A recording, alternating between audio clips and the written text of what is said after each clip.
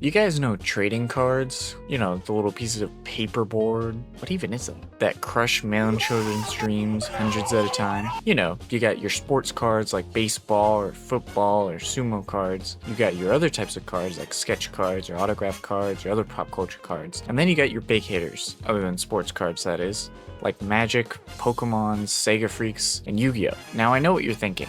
Isn't this the Sonic Man's thing? And why is this intro so goddamn long? Well, first of all, fuck you. This is my video. I can stall for as long as I want. Second of all, I'm not done. Now, I've been into trading cards for most of my life. There's no real reason I like them or anything. I don't like collecting every single one or try to get the rarest card. I don't know, I just like looking at them from time to time. I started with collecting Pokemon, where I spent the most time and money. And I'm certainly in no place to brag or anything, but I think I have some heaters, like this level ball, this shiny Ditto, this one, oh, that one's not supposed to be in there. And this one's kind of cool looking, I guess. Honestly, some of these I keep out because I just like the way they look. Like, look at these ones, they have little charms on the side. Or this Meryl that looks like it's made out of yarn. And this one's cool. And look at this fat Eevee. And this fat Pikachu. I also have this real-ass guy named Imakuni. Wait, who the hell is Imakuni? Well, this guy is actually a Creatures Inc. staff member named Tomoaki Imakuni. He's interestingly on a number of different cards and other Pokemon media, and even has his own card game called Bakaboo that can only be received by completing an Imakuni quiz on the official Imakuni website. Winners would also get a handwritten note written by Imakuni himself. It has some gameplay mechanics, but it's so ungodly rare, I don't think many people are going to play it.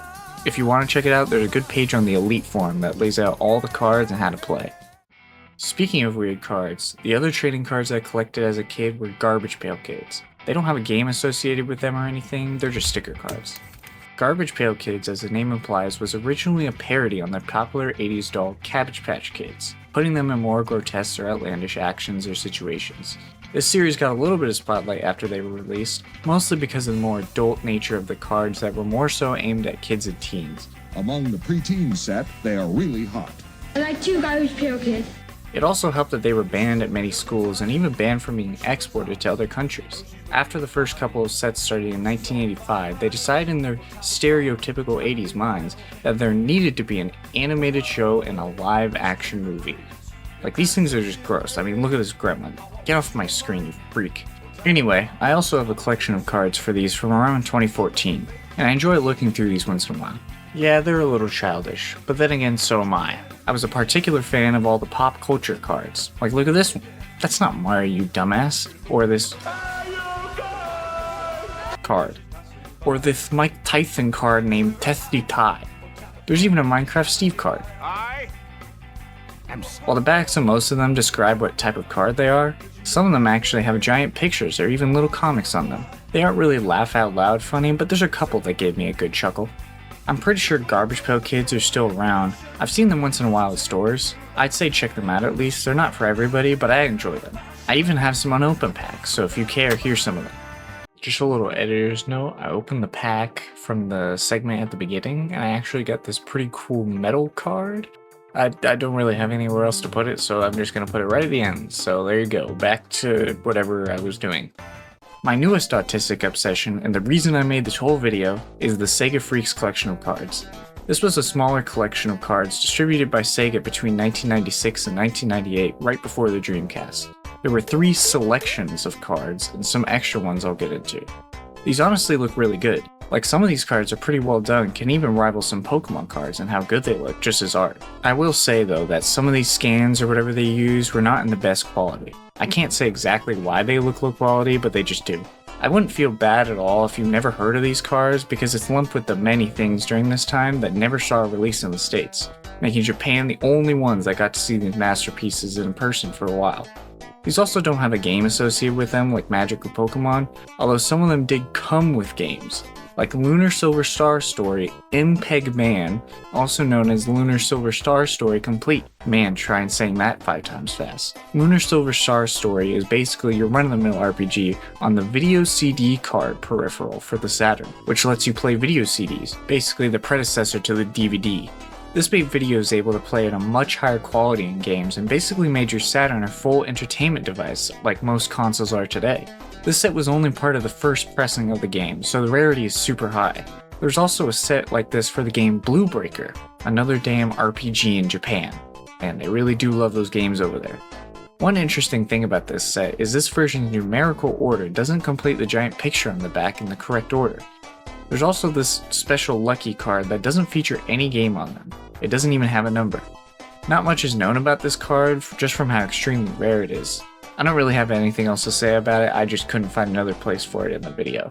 The other strange one-off card is this very last card of the collection that features a flyer for the Virtua Fighter 3 tournament in 1997, sponsored by Java Tea, a Japanese tea brand who had a whole demo of Virtua Fighter Kids where advertisements of the tea are featured in between arcade stages. And I will add that this intro FMV is amazing.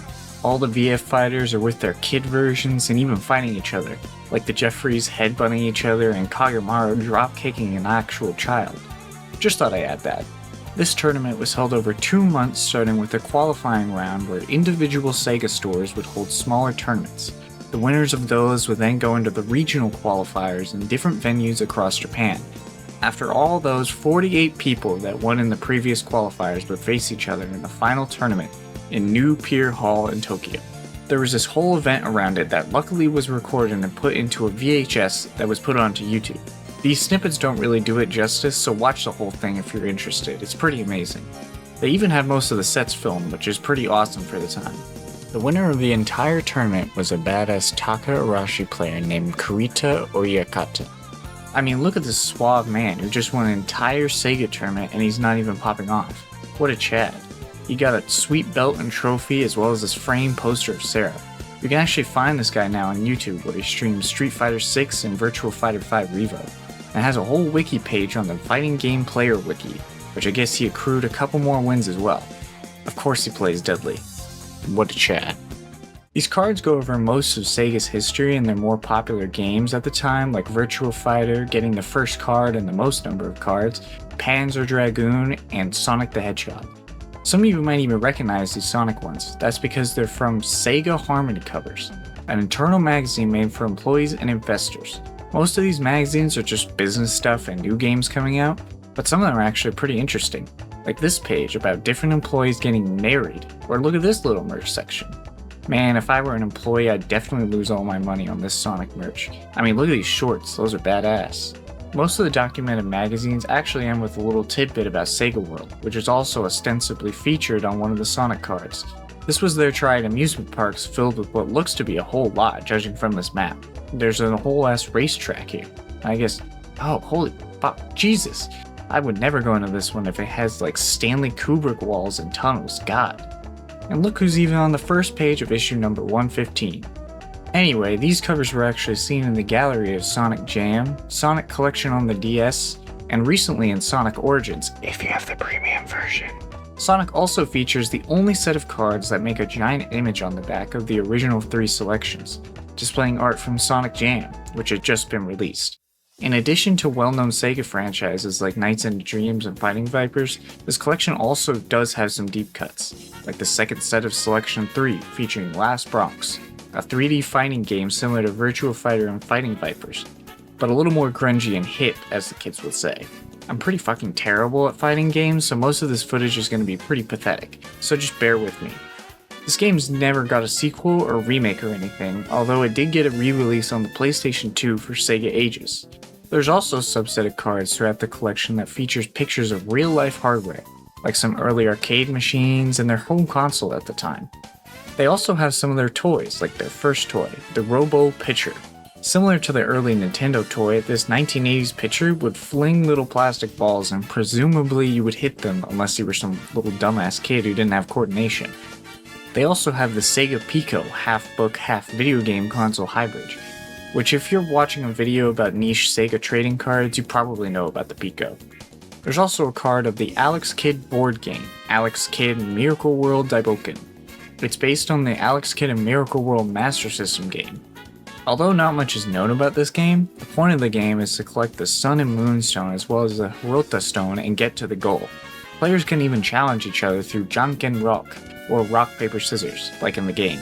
There's also randomly this Alex Kidd pen case. Nothing interesting about this pen case or anything, it's just a fucking pen case. I mean, I guess it has wheels? but I don't really see how there needed to be a whole card for a fucking pen case. Anyway, I just think it's interesting Sega called attention to the time when they didn't have their Super Mario character yet, and some of the attempts to make this big icon for Sega. This also extends to when they tried to make other mascots on the same level as Sonic, because in Japan, Sonic wasn't actually that popular at all. The ratio of Sonic to other franchise cards is a little nuts to me coming from an American view in the early 2000s where Sonic was Sega. Like, did you know that Sonic Adventure was and is more popular in Japan than the Genesis games? And that the only reason the old ones are more popular is because some fucking VTuber decided to play through them? これどうやってタイミングのこれどうやってタイミング見計らうのこりゃ幸先が悪いよこれ Crazy.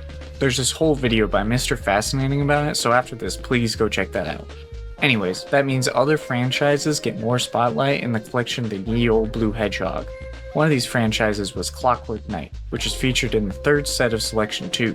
Clockwork Knight was a Saturn platformer about a toy knight going to save his toy girlfriend from some toy bad guy. Almost like a Toy Story, but no humans. He even got a couple Sega Harmony covers, which are also cards. I haven't played much of these games, but there are full video cutscenes which are pretty entertaining. There's also a card which literally just has previous unofficial mascots that Sega used during the 80s, Professor Asobin and Games Hakase, or Dr. Games. The former of which was actually in a good amount of SG-1000 game manuals and was actually on the box of Sega 3D Classics collection for 3DS. On the note of old games, there are a number of cards that have older titles originally released on their first consoles, the SG-1000 and the Sega Mar 3.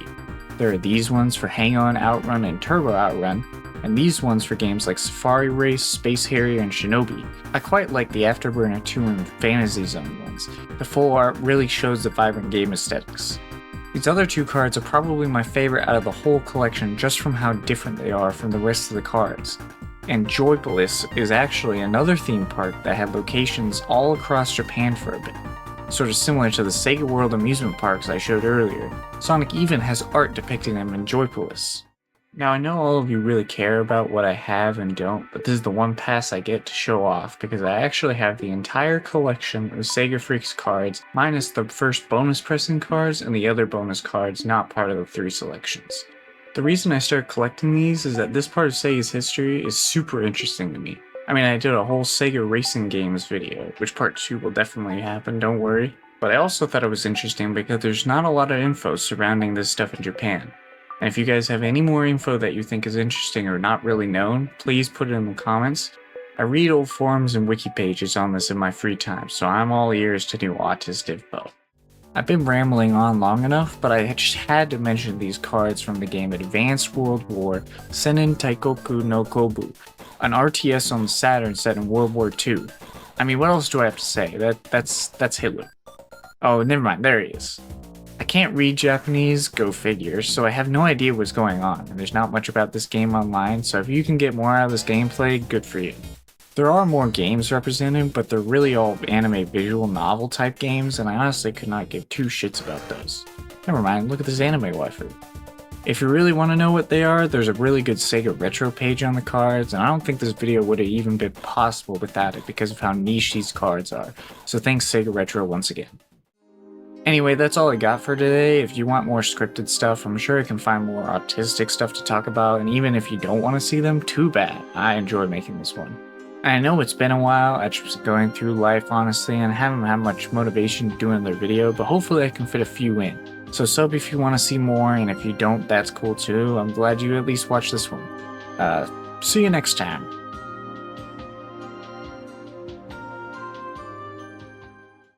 Alright, we're done.